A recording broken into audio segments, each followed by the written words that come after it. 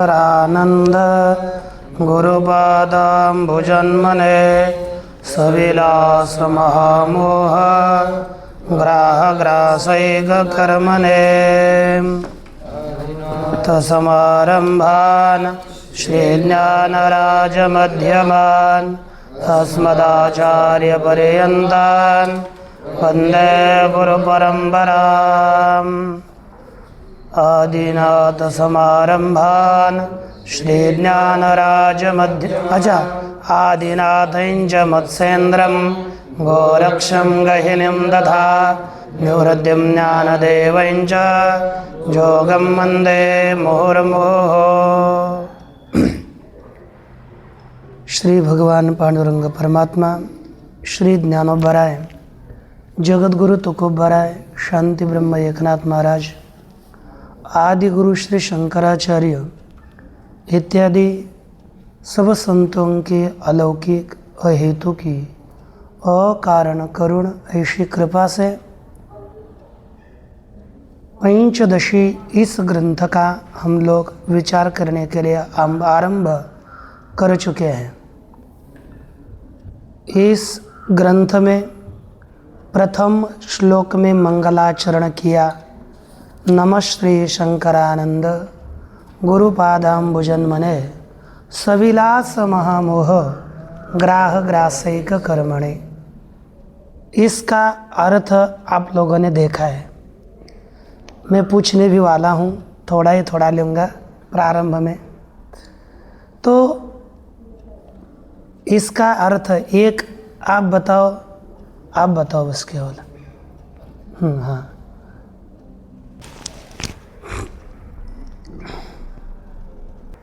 कारण के किम भवत पहला मंगलाचरणात्मक श्लोक का विचार किया। प्रथम श्लोक में कार्य सहित आज्ञान रूपी मगरमच्छ का ग्रास करने वाले, ग्रास करना यही कर्म है जिनका, ऐसे श्री शंकरानंद गुरु के चरण कमलों को मेरा नमस्कार है। यह विद्यारण्य स्वामी ने अपने गुरु को नमस्कार किया। अब द्वितीय श्लोक देखिए। अवतरणिका। अवतरणिका आपके पुस्तकों में, छोटे पुस्तकों में श्लोकों के नीचे होती है। तो यहाँ लिखा इदानीम अवांतर प्रयोजन कथन पुरस्सरम ग्रंथारंभम प्रतिजानीते। इदानीम अर्थात अब, अवांतर प्रयोजन कथन पुरस्सरम, अवांतर प्रयोजन के कथन पूर्वक, यानी पहले पूर्वक, पुरस्सरम का करे कथन पूर्वक। अब अवांतर प्रयोजन के बताना यानी कथन पूर्वक ग्रंथारंभम प्रतिजानीते, ग्रंथ के आरंभ की प्रतिज्ञा करते हैं। पहले अवांतर प्रयोजन बताएंगे, तदपूर्वक ग्रंथ का हम आरंभ करने जा रहे हैं, इस प्रकार प्रतिज्ञा करने जा रहे हैं। तो बताते हैं कि तत्पादाम्बुरुह द्वंद्व, तत्पादाम्बुरुह द्वंद्व सेवा निर्मल चेतसाम,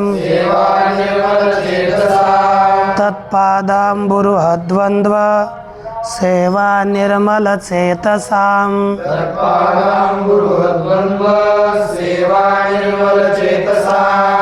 सुखबोधाय तत्वस्य विवेकोऽयं विधीयते, सुखबोधाय तत्वस्य विवेकोऽयं विधीयते,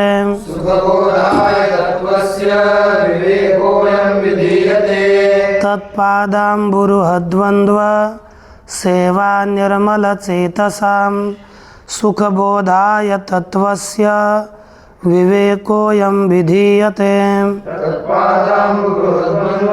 सेवा निर्मलचेतसा सुखबोधाय तत्त्वस्य विवेकोऽयं विधीयते। अन्वय सरल है। तत्पादाम्बुरुहद्वन्द्व सेवा निर्मलचेतसां सुखबोधाय तत्वस्य अयं विवेकः विधीयते। अब हम लोग अर्थ देखेंगे। पहला पूरा पूर्वार्ध का एक पद है, वह षष्ठी का बहुवचन है।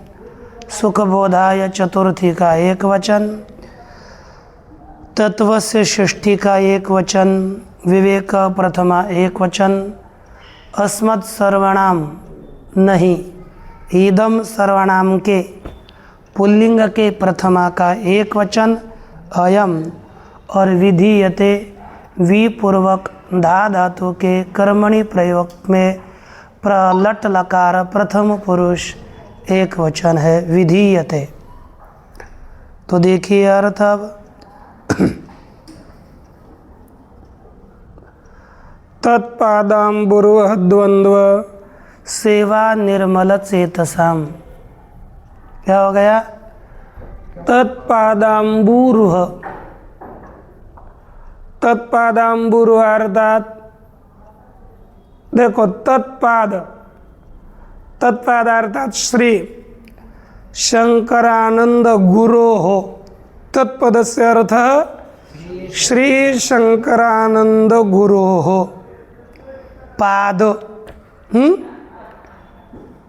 अब श्री शंकरानंद गुरो पादौ, पादौ किम अम्बुरुह, अम्बु अर्थात जल, रुह अर्थात रोहति इति रुह, अम्बुरुह अर्थात कमलम, जल में बढ़ने वाला, जल में उत्पन्न वाले। रुह धातु जानते, रुह बीज जन्मनि प्रादुर्भावे छ, अर्थात उत्पन्न होना। तो अम्बुरुह यानी जल में उत्पन्न होने वाला कमल होता है। तो पादौ एव अम्बुरुहौ, अम्बुरुहे है ना।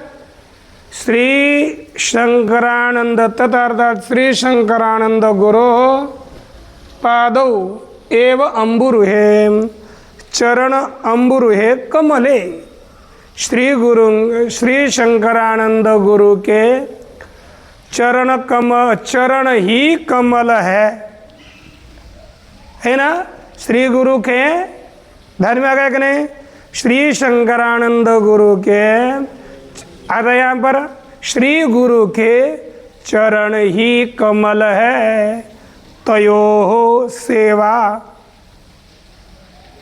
उन श्री गुरु के चरण कमलों की सेवा, सेवया सेवा के द्वारा निर्मल चेतसा, निर्मल हो चुका है चित्त जिनका। तो अर्थ पूरे का अर्थ क्या हो गया? पूरे का अर्थ ध्यान में रखिए। श्री गुरु के चरण कमलों की सेवा के द्वारा निर्मल चित्त वाले पुरुषों को सुखबोधाय, सुखपूर्वक ज्ञान के लिए, इसके लिए सुखपूर्वक बोध के लिए, सुखपूर्वक ज्ञान के लिए अयम तत्वस्य विवेक विधीयते, यह तत्व का विवेक विधीयते माने किया जाता है।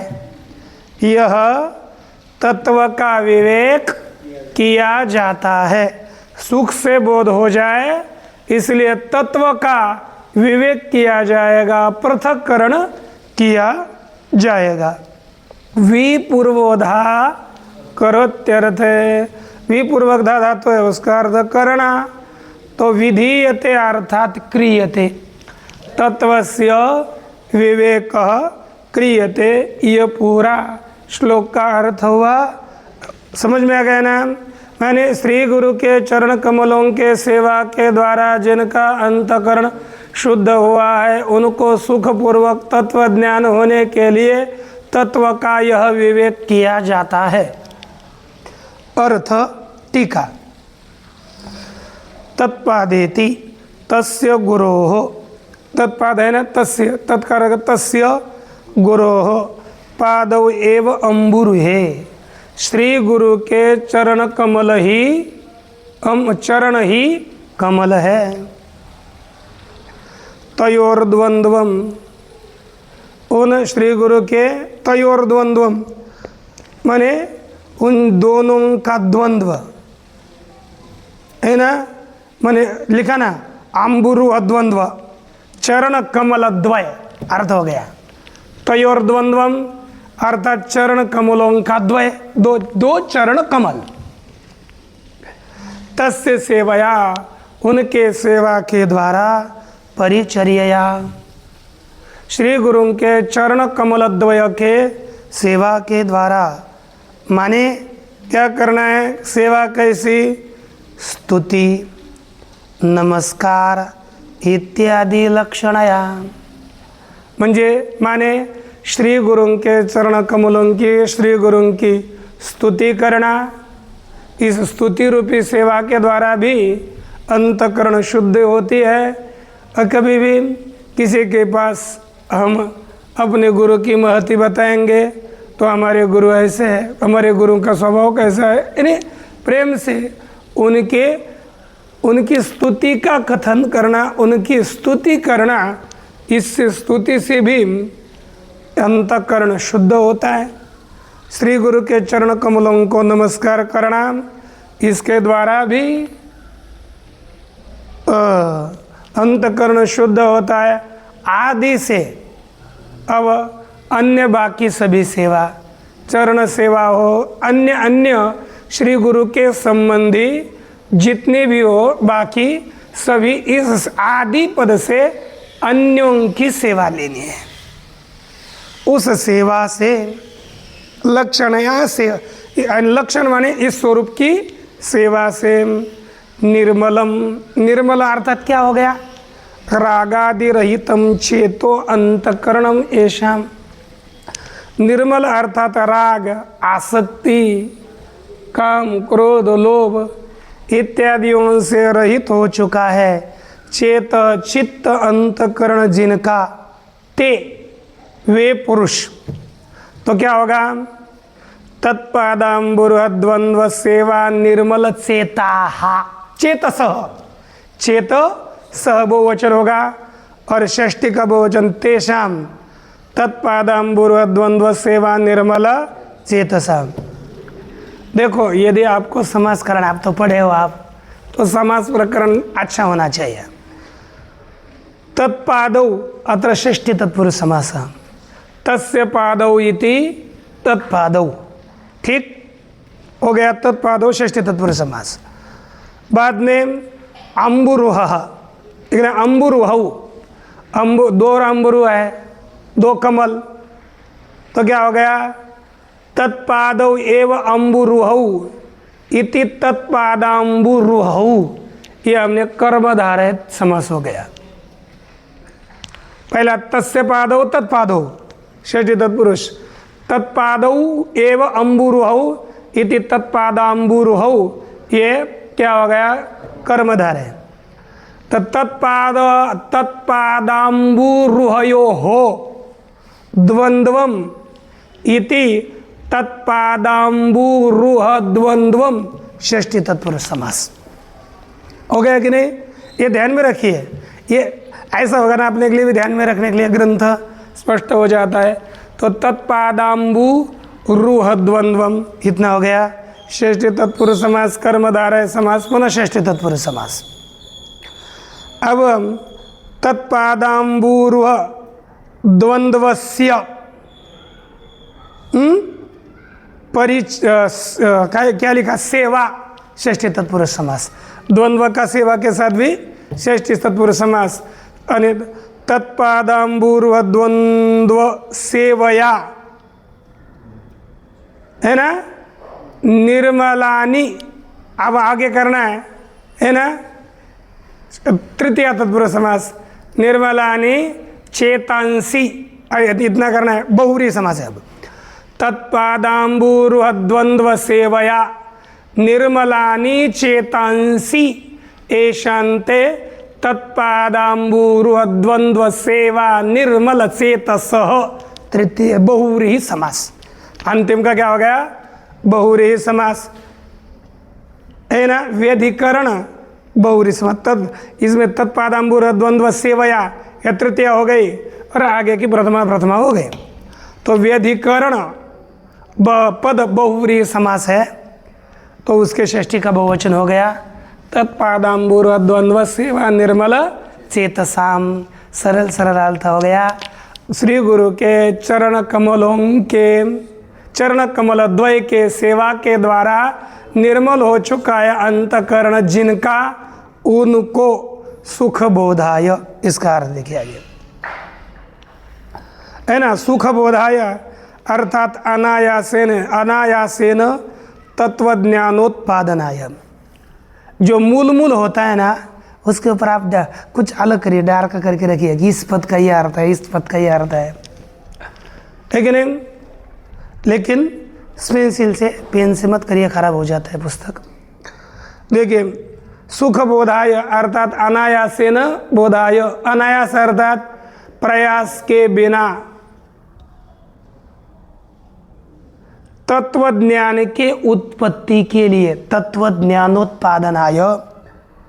अयम यह मूल में दिया है अयम, अयम वक्षमाण प्रकार। अयम का अर्थ क्या? आगे, जिसका आगे बताए जाने वाले प्रकार वाला। तत्वस्य ये मूल है, तत्व का अर्थात अनारोपित स्वरूपस्य, आरोप रहित स्वरूप का। अखंडम सच्चिदानंदम महावाक्येन लक्ष्यते। क्या किया? अखंड सच्चिदानंद स्वरूप महावाक्य के द्वारा लक्षित होता है। इति वक्षमाणस्य आगे बताए जाने वाले का विवेक हो। क्या बताया जाता है? विवेक किया जाता है। आरोपितात पंचकोश लक्षणात् जगतो, आरोपित पंचकोश रूपी जगत से विवेचनम विधीयते। क्या किया जाता है? विवेचन किया जाता है, विवेक किया जाता है, पृथक्करण किया जाता है कि नहीं?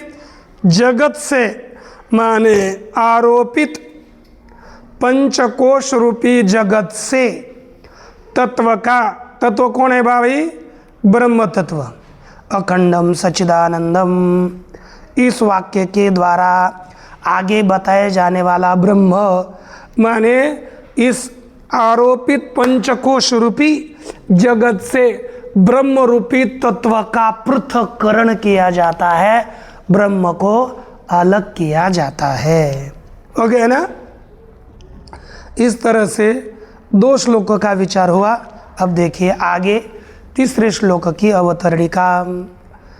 जीव ब्रह्मणोः एकत्व लक्षण विषय संभावनाय जीवस्य सत्य ज्ञानादि रूपतां दिदर्शयिषुः आदौ ज्ञानस्य अभेद प्रतिपादनेन नित्यत्वं साधयते।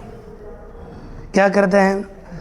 जीव ब्रह्मणोः एकत्व लक्षण विषय संभावनाय, जीव और ब्रह्म के एकत्व रूपी विषय की सिद्धि के लिए, आप समझ लीजिए वेदांत के अनुबंध चतुष्ट इस प्रकरण में हम लोगों ने आधिकारिक का विचार देखा। आधिकारिक क्या है रे? बताओ, आना चाहिए श्लोक बताओ जल्दी, बोलो। हाँ, आधिकारिक का लक्षण बताओ। निवृत्तो मल विक्षेपौ यस्यावरणं च सत् चतुर्भिः साधनैर्युक्तो सोऽधिकारी अत्र कथ्यते।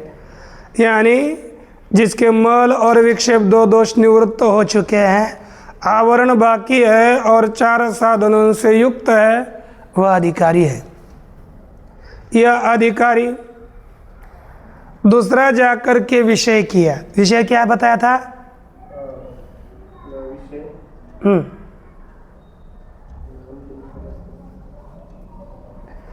जहाँ पर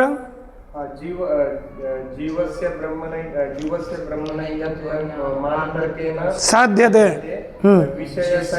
विषयशास्त्र मनी शिविर निगद्यते। तो जीव ब्रह्मणो है ना का क्या किया कि जीव ब्रह्मणो ऐक्यम ही मान तर्केण साध्यते। जीव और ब्रह्म की एकता प्रमाण और तर्क के द्वारा जो सिद्ध की जाती है, अर्थात जीव ब्रह्म की एकता, यही इस शास्त्र का विषय बताया, वेदांत शास्त्र का विषय बताया गया। ये ध्यान में रखिए। प्रत्येक अब आपको जितना ग्रंथ हो चुका है ना वेदांत रत्न सागर, उसका आवर्तन होता रहेगा। आपको वारंवार पूछूंगा, कंठस्थ जिसका है उसको आनंद आएगा, कंठस्थ नहीं जिसका नहीं है उसको ग्लानि होगी, खेद होगा, इतना होगा, कोई ना कोई होगा। तब यही लिखा जीव ब्रह्मणो एकत्व लक्षण विषय, जीव ब्रह्म की एकता रूपी विषय संभावनाय, माने सिद्धि के लिए। हो गए कि नहीं? जीवस्य सत्य ज्ञानादि रूपताम, जीव में कैसी है? जीव में सत्यता है, ज्ञान रूपता है, सत्य रूपता है। यही दिदर्शयिषु, जीव में सत्य ज्ञान इत्यादि रूपता को दिखाने की इच्छा करने वाले आदौ पहले ज्ञानस्य अभेद प्रतिपादनेन, आदौ पहले ज्ञान के अभेद के प्रतिपादन के द्वारा, किसके द्वारा? ज्ञान के अभेद के प्रतिपादन के द्वारा, है ना, नित्यत्वम साधयति, पहले क्या कर रहे हैं? नित्यता सिद्ध करने जा रहे हैं। नित्य कैसे है जीव, यही बताते हैं। फिर उसका हम आगे का विचार प्रदर्शित करेंगे। तो देखिए, शब्द स्पर्शादयो वेद्या वैचित्र्या जागरे पृथक् ततो विभक्ता तत्संवेद ऐकरूप्यान्न भिद्यते। ततो विभक्ता तत्संवेद ऐकरूप्यान्न भिद्यते। शब्द स्पर्शादयो वेद्या वैचित्र्यात् जागरे पृथक् ततो विभक्ता तत्संवेद ऐकरूप्यात् न भिद्यते। देखो अब अन्वय, जागरे शब्द स्पर्शादयो वेद्याः वैचित्र्यात् पृथक् ततो विभक्ताः, तद्विभक्ता ये कहे, ततो विभक्ता तत्संवित ऐकरूप्यात् न भिद्यते। सरल सरल है, थोड़ा भेद है। जागरे पृथक गया। देखिए, जागरे अर्थात जागृत अवस्था में, हो गया। जागर, जागरू शब्द से क्या बन गया? अच इत्यादि प्रत्यय करके जागर शब्द तैयार हो गया। और जागरे अर्थात जागृत अवस्था में। शब्द स्पर्शादयो वेद्या, आप देखो शब्द स्पर्श आदय अर्थात शब्द स्पर्श इत्यादि, माने आदि से कौन लेंगे? शब्द रूप रस गंध। तो हो गया शब्द स्पर्श रूप रस गंध, ये वेद्य, वेद्य माने विषय। ध्यान देखना, वेद्य का अर्थ क्या है? विषयाः। अर्थ इतना क्या हो गया फिर? जागृत अवस्था में शब्द स्पर्श रूप रस गंध इत्यादि सभी विषय। वैचित्र्यात्, वैचित्र्यात् माने विचित्र होने से। अर्थ क्या हो गया? विचित्र होने से, पृथक अलग अलग है। हो गया कि नहीं? ये विचित्र है, शब्द विचित्र है, स्पर्श विचित्र है, ये सभी विषय खुद में भी तेरा शब्द अलग, हमारा शब्द अलग, ये सभी प्रत्येक का शब्द आदि सभी विषय विचित्र होने के कारण अलग अलग है। अरे 5 तो अलग अलग है, 5 विषय, लेकिन पांचों में भी प्रत्येक आदमी के शब्द में विचित्रता है, प्रत्येक के शब्द में विचित्रता है, स्पर्श में विचित्रता है, रूप में विचित्र है, कोई काला है तो कोई गोरा है कि नहीं, है कि नहीं? तो विचित्र होने से सब अलग अलग है। अच्छा, तो विषय अलग अलग है। ततो अर्थात तेभ्य, वेद्यभ्य अर्थात विषयभ्य, उन विषयों से विभक्ता, विभक्ता माने अलग, पृथक, भिन्ना, तत्संवित, तत् का अर्थ है विषय, विषयानाम संवित, संवित अर्थात ज्ञान, उनसे अलग उन विषयों का ज्ञान। अर्थ क्या हो गया? उन विषयों से अलग उन विषयों का ज्ञान एक रूपयात, एक रूप होने से, एक रूपयात अर्थात उनका ज्ञान सबका एक रूप है। देखो, घट का ज्ञान, पट का ज्ञान, रूप का ज्ञान, ज्ञान विषय अलग पीछे लगा है, लेकिन सबका ज्ञान तो यहाँ ही हो रहा है ना। सबका ज्ञान, ज्ञान तो ज्ञान है, ज्ञान में कोई भेद नहीं है। इसलिए ज्ञान एक रूप होने से न भिद्यते, वह भिन्न भिन्न नहीं है। ज्ञान भिन्न भिन्न नहीं है, विषय अलग अलग है, लेकिन सबका ज्ञान एक रूप होने से एक है, भिन्न भिन्न नहीं है। देखो अब इसकी टीका, तत्र तावत शब्द स्पर्शादय इत्यादि ना, यह मूल है, प्रतीक दिया।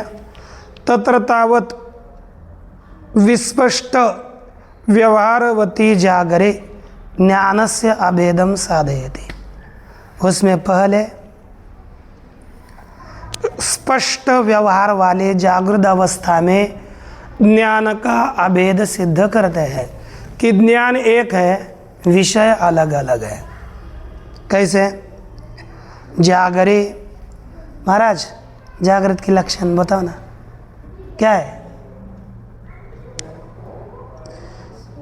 हाँ, तो अब कल से उस पुस्तक को ही नज़दीक रखिए ना, जिससे हम लोगों को जो भी प्रश्न आएगा तो उस प्रश्न का उत्तर तो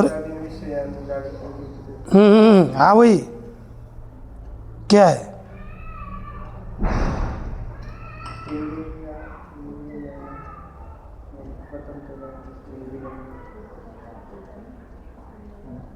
एक मिनट रुको, इसमें अवस्था विचार आया, तो अवस्था विचारों में प्रत्येक की लक्षण किया।